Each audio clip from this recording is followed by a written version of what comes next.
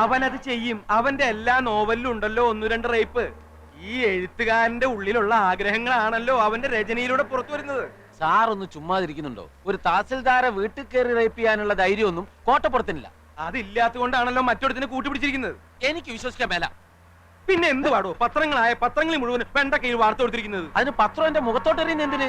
Sir വാരികയുടെ ഉടമസ്ഥനും ഞാൻ അതിന്റെ എഡിറ്ററുമാണ്. അല്ലാതെ സാറ് ജന്മിയും ഞാൻ കുടിയാനൊന്നുമല്ല. അത് ഓർമ്മ വേണം. എന്റെ വിഷമം താൻ മനസ്സിലാക്കാത്ത എന്താ? ഈ കിഴങ്ങന്റെ നോവല് വരാൻ തുടങ്ങിയ പിന്നെ നമ്മുടെ വാരികയൊന്ന് പച്ച പിടിക്കാൻ തുടങ്ങിയത്. ഇവൻ വല്ല കേസിലും പെട്ട അകത്തായ സാഗർ കോട്ടപ്പത്തൻ നോവൽ ഇതാ വരുന്നു എന്നും പറഞ്ഞ് അനൗൺസ് ചെയ്തിട്ട് ആഴ്ച 3 ജയിലിനകത്തിരുന്നു എഴുതാലോ. താൻ എന്നെ ഭ്രാന്ത് പിടിപ്പിക്കരുത്. ഇത് കേസ് റേപ്പാ. പോലീസുകാർ കൈയും കാലും തല്ലി ഒടിച്ചാ പിന്നെ ശരീരത്തിന്റെ ഏത് ഭാഗം വെച്ചാ എഴുതുന്നേ? പല്ലു വെച്ചോ, അതോ മൂക്ക് വെച്ചോ, അതോ മറ്റേതെങ്കിലും വെച്ചോ? വണ്ടി നിർത്തളൂ. സർ, മഞ്ചാടി വാരികയുടെ മുതലാളി എഡിറ്റർ വന്നിട്ടുണ്ട്. ഓഹോ, വരാൻ പറയൂ. Yes sir. ഭരണകക്ഷിക്ക് പാദസേവ ചെയ്യാനൊന്നുമല്ലടോ ഞാൻ പത്രം നടത്തണേ. ഞാനിപ്പോ പോലീസ് സ്റ്റേഷനിൽ നിന്നാ. ലോക്കപ്പിലൊന്നും അല്ലടോ. സാർ ഇരിക്കണം. ഞാൻ മഞ്ചാടിയുടെ ഒരു സ്ഥിരം വായനക്കാരനാ. ആണോ? ഞാൻ മാമച്ച മുതലാളി. ഇതെന്താണ് സാർ സംഭവിച്ചത്? സാഗർ കോട്ടപ്പുറം ലോക്കപ്പിലാണോ? ആളിനെ ഇപ്പോ സർക്കിൾ ഓഫീസിലേക്ക് കൊണ്ടുപോയിരിക്കാം. എന്തിനെ? ഇൻട്രോഗേഷൻ. എന്താ പറഞ്ഞേ? ചോദ്യം ചെയ്യൽ. നമുക്ക് അയാളെ എത്രയും പെട്ടെന്ന് ജാമ്യത്തിനെടുക്കണല്ലോ. ഇനി കോടതിയിൽ നിന്ന് ജാമ്യം കിട്ടൂ. സാറിന് കാപ്പിയോ ചായയോ അത് തണുത്ത വല്ലതും? സദ്യ ഉണ്ണാൻ ഞാൻ വേറൊരു ദിവസം വരാം. ഇപ്പൊ എന്തെങ്കിലും അടിയന്തരമായി ചെയ്തേ പറ്റൂ. എന്റെ മഞ്ചാടി 3 ലക്ഷത്തിൽ നിന്ന് ഒറ്റയടിക്ക് 6 ലക്ഷമാക്കിയതിൽ കോട്ടപ്പുറത്തിന്റെ പങ്ക് ചില്ലറയൊന്നും അല്ല. സാർ, ഈ റേപ്പ് ചെയ്യപ്പെട്ടു എന്ന് പറയുന്ന തഹസീൽദാരുടെ നാവിൻതുമ്പത്ത കോട്ടപ്പുറത്തിന്റെ ഭാവി. പെണ്ണുങ്ങൾക്കാണല്ലോ ഇപ്പൊ നിയമത്തിന്റെ എല്ലാ സംരക്ഷണവും. കോട്ടപ്പുറം സാറും തഹസീൽദാരും തമ്മിൽ നേരത്തെ ഒരു വടംവലി ഉണ്ടായിരുന്നു. അതിന്റെ പ്രതികാരമാവാനും മതി. എന്തായാലും സാർ ഈ തഹസീൽദാരെ ഒന്ന് കണ്ട് ഒരു അമിക്കബിൾ സെറ്റിൽമെന്റ് ശ്രമിക്കുന്നതാ ബുദ്ധി. എന്റെ അനുവാദം ഇല്ലാതെ എന്റെ വീട്ടിൽ കയറിയവനൊക്കെ അതിന്റെ ഫലം അനുഭവിച്ചിട്ടുണ്ട്. ബഹുമാനപ്പെട്ട തഹസിൽദാർ, ഇതൊരു ജീവൻ മരണ പോരാട്ടമാണ്. ഉടൻ വരുന്നു. സാഗർ കോട്ടപ്പുറത്തിന്റെ പുതിയ നോവൽ എന്ന് പരസ്യം ചെയ്തിട്ട് ആഴ്ച 3 കഴിഞ്ഞു. ഞാൻ മാപ്പ് പറയാം, കാല് പിടിക്കാം. കോട്ടപ്പുറത്തിന്റെ പേരിലുള്ള കേസ് പിൻവലിക്കണം. ദയവ് ചെയ്ത് അയാളെ കഥ എഴുതാൻ അനുവദിക്കൂ. ഇനി ഒരിക്കലും അയാൾ കഥ എഴുതരുത്. മലയാള സാഹിത്യത്തിൽ മഞ്ചാടി എന്ന വാരികയ്ക്കും സാഗർ കോട്ടപ്പുറം എന്ന നോവലിസ്റ്റിനും ചവറ്റുകൊട്ടയിലാണ് സ്ഥാനം. 6 ലക്ഷമാണ് ഞങ്ങളുടെ സർക്കുലേഷൻ. അതിൽ കൂടുതൽ സർക്കുലേഷനുള്ള ചവറുകൾ വേറെയുണ്ട്. യഥാർത്ഥത്തിൽ കോട്ടപ്പുറം നിങ്ങൾ റേപ്പ് ചെയ്തോ? Get out. I said get out.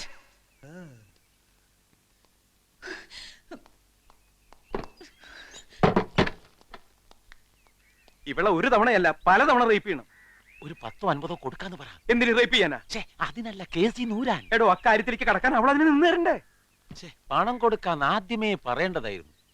Sir ഒന്നുകൂടി ഒന്ന് ശ്രമിക്കും. വേണ്ട. വേണം. വേണ? വേണം.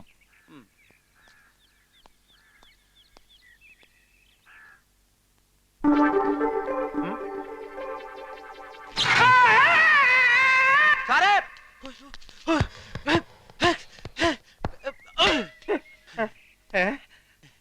പവർ കട്ട് സമയത്ത് വരാം.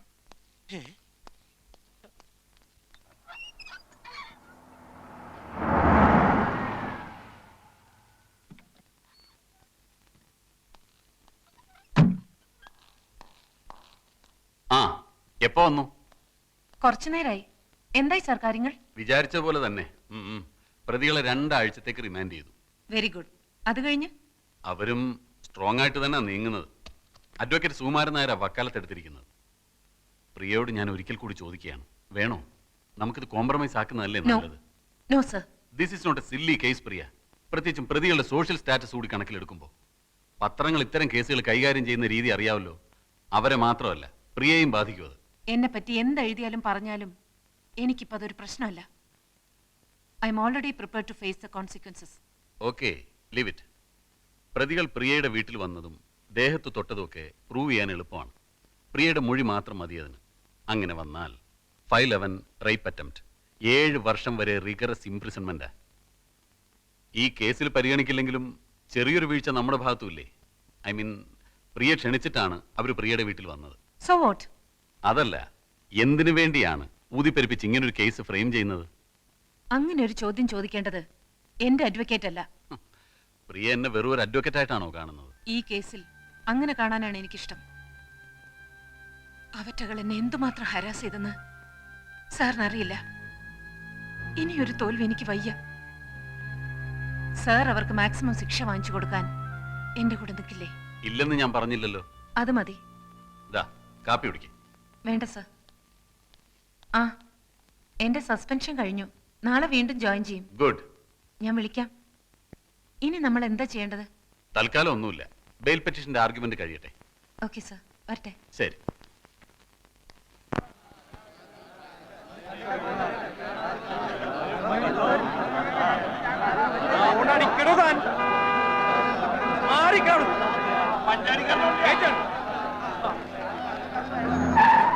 ഇത് എന്തത്ര ജനത്തിരക്ക് വക്കീലേ?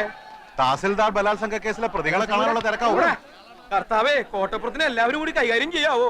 ഏയ്, പോലീസുകാരുണ്ടാവല്ലോ കൂടെ. ഉവ്വല്ലേ, എന്നാ ഇറങ്ങ്.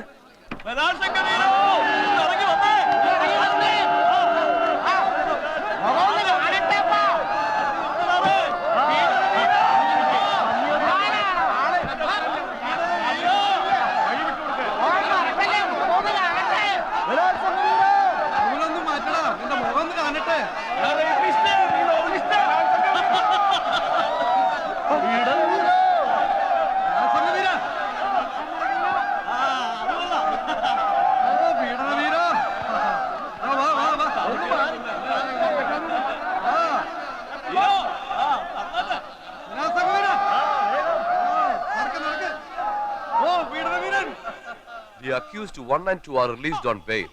They are to report before the police on every Sunday until further orders. എന്തിനാണെന്ന് പറയേ.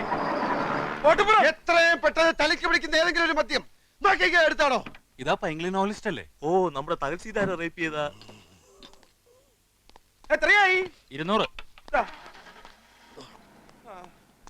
ഇനി നേരെ താലൂക്ക് ഓഫീസിലേക്ക്. എത്രയും പെട്ടെന്ന് എനിക്ക് അവളെ റേപ്പ് ചെയ്യണം. ആരെ? വണ്ടി വിടാൻ. പൊന്നപ്പ, വണ്ടി വേഗം ടിവിയിലേക്ക് വിട്ടോ. ഞാനാ പറയുന്നത്, വണ്ടി താലൂക്ക് ഓഫീസിലേക്ക് വിടാൻ. ഇനി സാഗറിനെ നഷ്ടപ്പെടാൻ ഒന്നുമില്ല. കള്ളക്കേസിൽ അഴിയെണ്ണുന്നതിനേക്കാൾ എത്രയോ ഭേദമാണ് അനേകം ദൃക്സാക്ഷികളുടെ മുന്നിൽ വെച്ച് യഥാർത്ഥത്തിൽ റേപ്പ് ചെയ്തിട്ട് പൊട്ടിച്ചിരിച്ചുകൊണ്ട് കൊലക്കയർ കഴുത്തിലിടുന്നത്. സാഗറെ, താനൊന്ന് അടങ്ങ്. തനിക്കൊന്നും നഷ്ടപ്പെടാനില്ലായിരിക്കാം, പക്ഷെ അനേക ലക്ഷം വായനക്കാരുടെ സ്ഥിതി അതല്ല. എന്റെ സ്ഥിതി അതല്ല. തന്റെ നോവൽ അച്ചടിച്ചു വിടുന്ന വാരിക മുതലാളിമാരുടെ സ്ഥിതി അതല്ല. താൻ ജനങ്ങളുടെ കണ്ണിലുണ്ണിയാണോ? എന്നെ പിന്തിരിപ്പിക്കാൻ നോക്കണ്ട. എന്നെ ഓർത്തെങ്കിലും താൻ അതിക്രമം ഒന്നും കാണിക്കരുത്. താൻ ഈ കേസിൽ പെട്ടു എന്ന് അറിഞ്ഞ അന്ന് മുതൽ ഈ മാമച്ചൻ ഉണ്ടിട്ടില്ല, ഉറങ്ങിയിട്ടില്ല. കാരണം താൻ വലിയൊരു കലാകാരനാ. ജാമ്യത്തിലിറക്കാൻ എത്ര ലക്ഷം വേണമെങ്കിലും ചെലവാക്കാന്ന് ഞാൻ വക്കീലിനോട് പറഞ്ഞു. അതാ സാഗര യഥാർത്ഥ സ്നേഹം. അങ്ങനെ സ്നേഹം ഉണ്ടെങ്കിൽ ഇയാൾ എന്റെ ഇഷ്ടത്തിന് നിൽക്കണം. ഞാൻ നിൽക്കും, തന്റെ കൂടെ നിൽക്കും. ഒരു 2 ദിവസം കൂടി കഴിഞ്ഞോട്ടെ. അതെന്തിന്? ഇത്രയും ദിവസം ജയിലിൽ കിടന്ന് താൻ ക്ഷീണിച്ചിരിക്കുക. നന്നായിട്ടൊന്ന് റേപ്പ് ചെയ്യാനുള്ള ആരോഗ്യം തനിക്കിപ്പില്ല. അത് ഇയാള് പറയരുത്. അവളോടുള്ള വൈരാഗ്യം മൂത്ത് മൂത്ത് ഞാനൊരു സിംഹമായി മാറിയിരിക്കുക.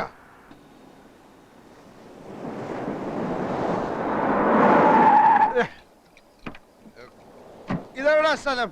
ഇത് ടിബിയാ. അപ്പൊ താലൂക്ക് ഓഫീസ്? ഒന്ന് ഇറങ്ങ് സാഗറെ. എന്നോട് ആജ്ഞാപിക്കുന്നത് അപേക്ഷിക്കും. ആ, അപേക്ഷിക്കണു. ഒന്ന് ഇറങ്ങ്. താലൂക്ക് ഓഫീസിൽ പോണം. താലൂക്ക് ഓഫീസിൽ